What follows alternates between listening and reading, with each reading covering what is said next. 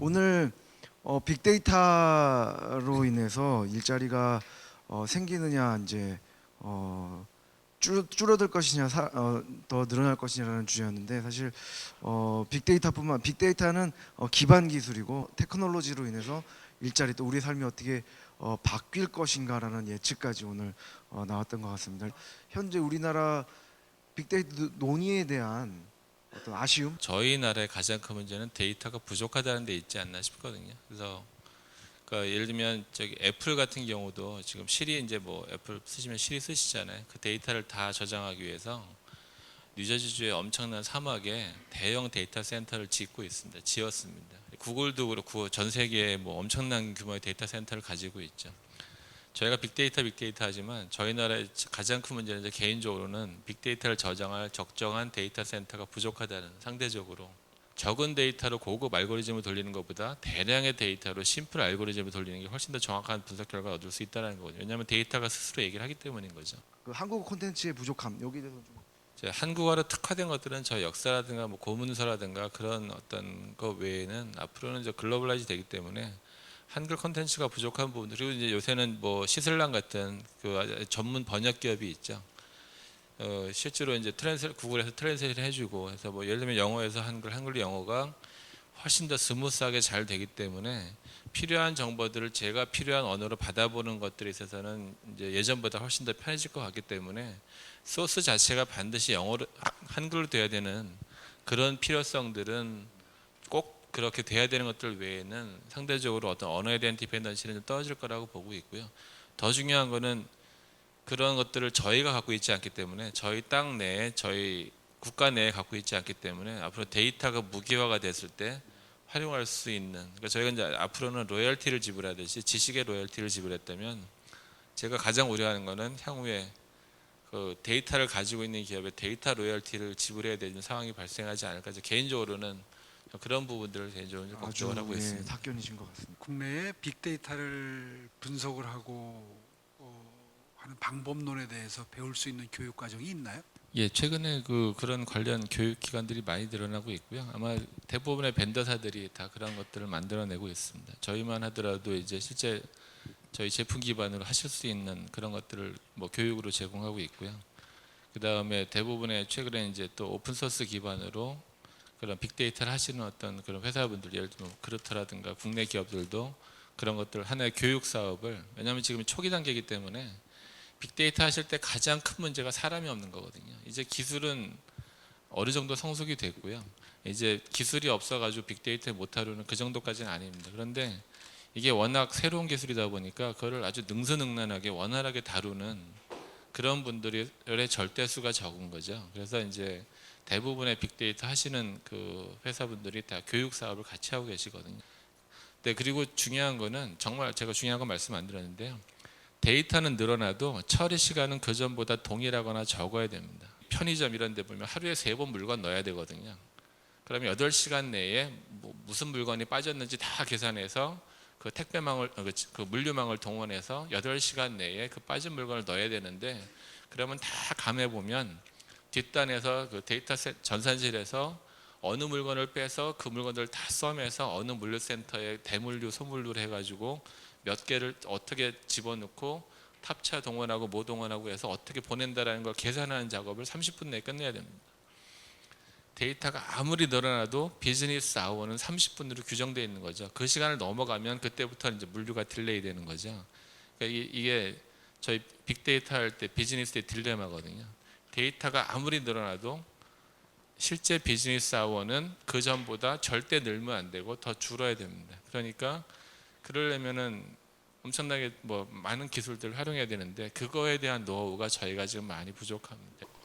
지금 말씀하신 그런 인력이 많이 필요한데 과연 공급 체계가 우리나라에 갖춰져 있느냐를 보려고 자료를 좀 찾아보니까 다른 나라에 비해서 우리나라가 인력 양성하는 시스템 구축이 좀 늦어지고 있는 것 같아요. 그러니까 어떤 자료에 의하면 그게 작년도에 나온 자료인데, 미국 같은 경우에는 100대 대학 중에 경영대학원이 있는 대학에서 약 52% 정도가 이미 빅데이터 관련 사이언스를 가리키는 그런 학과들이 이미 마스터 디그리 이상으로 설치가 되어 있는데, 그 비율을 보면 영국 같은 경우에는 이미 30%, 캐나다 같은 경우에는 15% 내외가 설치가 되어 있다는데 우리나라는 아직 6% 정도에 불과하다, 그런 차를 어디서 봤거든요. 사실 IT 강국이라 그러고 뭔가 이쪽 방면으로 지금 박용수 대표님 강조하셨지만 앞으로 먹고 살 거리는 바로 이쪽 소프트웨어 쪽에 있는데, 그리고 서비스업 쪽에 있는데, 제조업보다는 의외로 교육과정이 따라가질 못하고 있다. 그러니까 만약에 오늘 이 세미나를 듣고 동기부여가 돼서 어떤 학생이 나는 이 길로 가야 되겠다고 결심을 해도 그걸 가르쳐주는 교육기관이 부족하다, 없다. 이렇게 되면 이게 국가가 시스템이 지금 돌아가고 있는 게 제대로 돌아간다고 볼 수가 없잖아요. 좀 안타까운 생각이 들었는데, 왜 이런 지체 현상이 벌어진다고 생각하십니까? 개인적인 생각만 짧게 말씀드리면요, 트레인 더 트레이너거든요. 뭐든지 이거는 정말 도제가 좀 필요합니다. 그러니까 극한의 경험을 해본 사람이 와서 그 경험을 전파하고 또 전파하는 게 중요한데요. 저희가 페이스북 같은 뭐 예를 들면 뭐 구글 같은 기업이 저희 나라에 없다 보니 그런 것들을 경험해본, 진짜 극강을 경험해본 그런 정말 고급 인력이 많지 않은 거죠. 실제 만져보고 해본 사람들을 많이 키워서 그 사람들이 가르치게 해서 그게 퍼지게 해야 되는데 그 씨가 좀 부족하지 않나라고 보고요. 필요하다면 그런 경험을 해본 분들을 여기서 초빙을 해서라도 그런 실제적이고 프랙티컬한 대량의 데이터를 가지고 빠르게 처리하는 그런 경험들을 가진 분을 초빙해서 먼저 좀 고급 클래스를 만드는 게 저는 개인적으로 우선 좀 되지 않나라고 생각합니다. 저도 제네럴은 얘기할 수 있지만 그런 경험은 감히 얘기할 수가 없거든요. 그건 해보지 않으면 알 수 없기 때문에 그런 부분이 좀 오늘 개인적인 너무 생각입니다. 데이터가 존재하고 있는 것보다는 현재 존재하고 있지 않은 이제 데이터를 발굴하는 작업도 중요할 것 같은데, 지금 주신 질문에 대해서는 두 가지의 어프로치가 있는데요.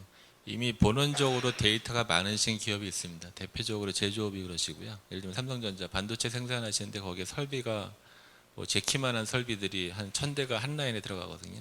그래서 그것이 쭉 해가지고 웨이퍼가 들어가서 반도체가 나올 때까지 한 달 동안 나오죠. 그래서 그분들의 입장에서는 그 설비가 고장이 안 나고 그 생산 능력을 100% 활용하는 게 전체적으로 수율을 맞추는 최대 생산량과 고품질 그 프로트를 만드는 가장 중요하거든요. 그러면 그 데이터들이 다 보면 센서들이 내재되어 있고 자기 상태들을 계속 그 센서 데이터를 뿜어내면서 그걸 분석하셔가지고 다시 그걸 조절하시면서 전체 공정을 관리하시거든요.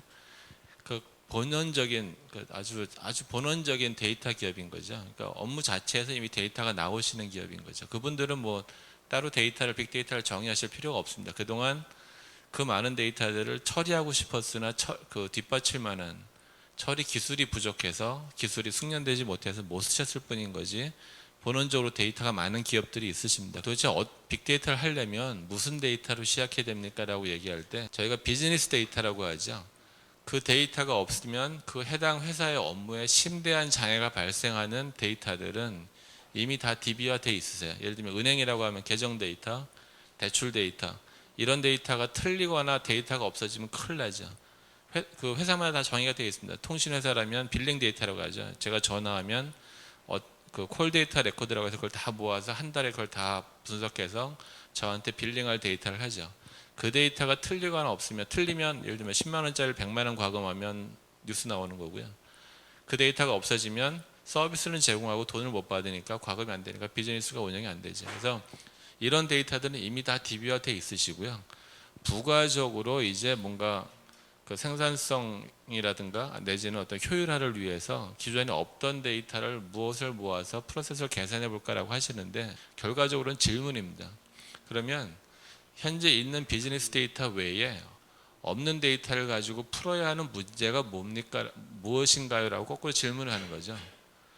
그 회사가 가지고 있는 여러 문제 중에 꼭 풀어야 하는 가장 우선순위의 문제를 먼저 정의하시면 그 문제를 풀어나가는 과정을 이제 템플릿을 만들어나고, 이거를 제대로 하고자 했을 때 어떤 데이터가 추가되면 이 문제를 잘 풀 수 있을까요라고 하면 그때 이제 필요한 데이터들이 좀 나열이 되게 됩니다. 지금 먹고 살기 위한, 생존을 위한 중소회사나 영세회사들한테는 앞으로 지금 당장 뭐 그들에게 어떤 방향성을 제시한다면, 첫 번째 원칙은 일단 고정비를 줄여야 될 것 같고요. 특히 이제 고정비라고 하면 이제 두 가지가 있겠죠. 제조 자체에 들어가는 어떤 설비가 있을 거고 제조를 서포트하기 위한 IT 컴퓨팅이 있을 텐데요. 클라우드 컴퓨팅으로 아마 급속히 넘어갈 것 같습니다. 그동안은 사실 클라우드 얘기만 했지 현실적으로 이게 클라우드는 결국 한전하고 똑같거든요. 클라우드 컴퓨팅은 그러니까 제가 한전에서 전기를 받아서 그냥 플러그만 꽂으면 전기를 쓸 수 있듯이 클라우드 컴퓨팅은 그 컴퓨팅 퍼실러티를 갖고 있는 회사하고 저하고 계약을 해서 제가 쓴 만큼만 돈을 지불하는 거거든요. 그러니까 이제는 그 IT를 운영하는 것들을 굳이 제가 서버를 사고 뭐 소프트웨어를 사고 다 살 필요 없다라는 거죠. 그러니까 클라우드 컴퓨팅을 쓰는 준비가 필요할 것 같고요. 그건 안 써보면 경험이 안 쌓이거든요. 제조 부분은 이제 저기 박 대표님 말씀 주신 것처럼 3D까지 갑자기 가진 않더라도 그런 부분이 있더라고요. 제가 본 것 중에 가장 재밌었던 게 저기 미국에 보면 금요일이면 사람들이 모여가지고 막 어떤 제품이 있으면 좋겠다라고 막 디스커션 합니다. 한 100명 정도가 얘기를 듣고 질문하고 한 다음에 보팅을 해가지고 이 제품 괜찮다 해가지고 그 제품을 똑같이 만들어주는 그런 프로가 있거든요. 그러니까 어떤 그런 식의 어프로치, 늘 자기가 만들던 걸 갖다가 계속 만들어낸 그런 어프로치를 좀 배제하고 실제로 그 말씀 주신 것처럼 그것이 클라우드 펀딩까지는 아니더라도 클라우드 소싱에 의한 아이디어를 해서 제품을 계속적으로 다변화하는 그리고 그것에 들어가는 생산 프로세스 자체를 좀 가볍게 가져가는 그래서 최대한 고정비를 줄이고 최대한 가볍게 어떤 트렌드에 맞춰서 가장 핫한 아이템을 만들어낼 수 있는 그런 제조 프로세스와 그것들을 지원하는 클라우드 기반한 어떤 컴퓨팅 인바이러먼트를 구축하는 것이 아마도 그런 작은 기업에서는 그런 준비를 계속 해 나가셔야 되지 않을까라고. 일단 우리 저 두 분께 큰 박수